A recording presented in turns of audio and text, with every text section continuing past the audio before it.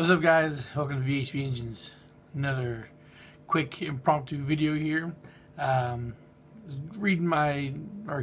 up on my D-Sport reading here, and I saw something that triggered another memory. And I decided we'd talk about it real quick, and that's turbo timers. This is one of those things where people who don't really know a lot, they know about the turbo timers. Well, people are using them, so you must have to use it. I was even surprised a long time ago when I was overhearing a conversation between a friend of mine who was a good mechanic and somebody who was wanting to build turbos. Like, do I need a turbo timer?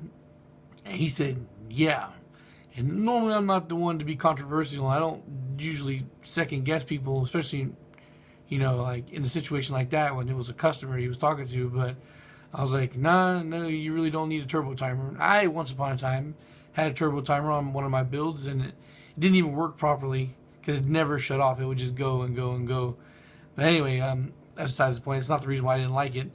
Or you don't have the need for it.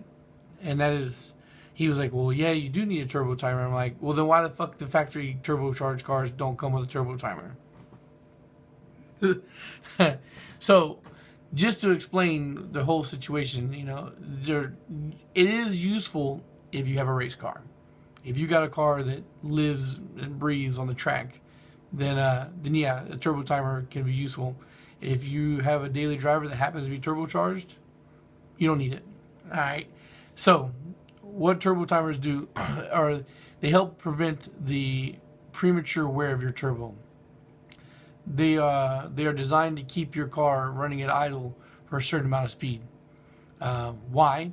Because the lower exhaust temperatures that run through the turbo at idle speeds actually cool it off as compared to what it would be if it was in boost. Plus, you also have oil flow still going through the turbo that helps cool the blades and shit down. So if you have your car under a heavy load and you just shut it off, then it burns through the oil that was there and doesn't cool off properly. All right, you want to ease it down. So the reason why you don't need a turbo timer unless you're on a track is because if you're on a track, it's race, shut it off, race, shut it off.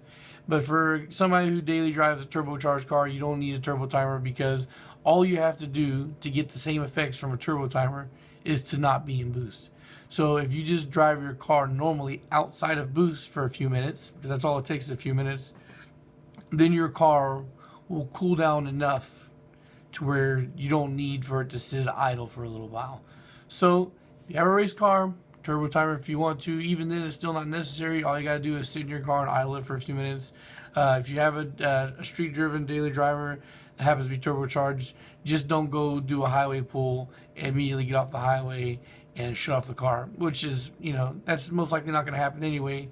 Even if you're like me and you live close to the highway at one point in time, or do now, you're still going to have enough drive time in between getting off the exit and getting to your driveway that you don't really need it to sit there with a turbo timer.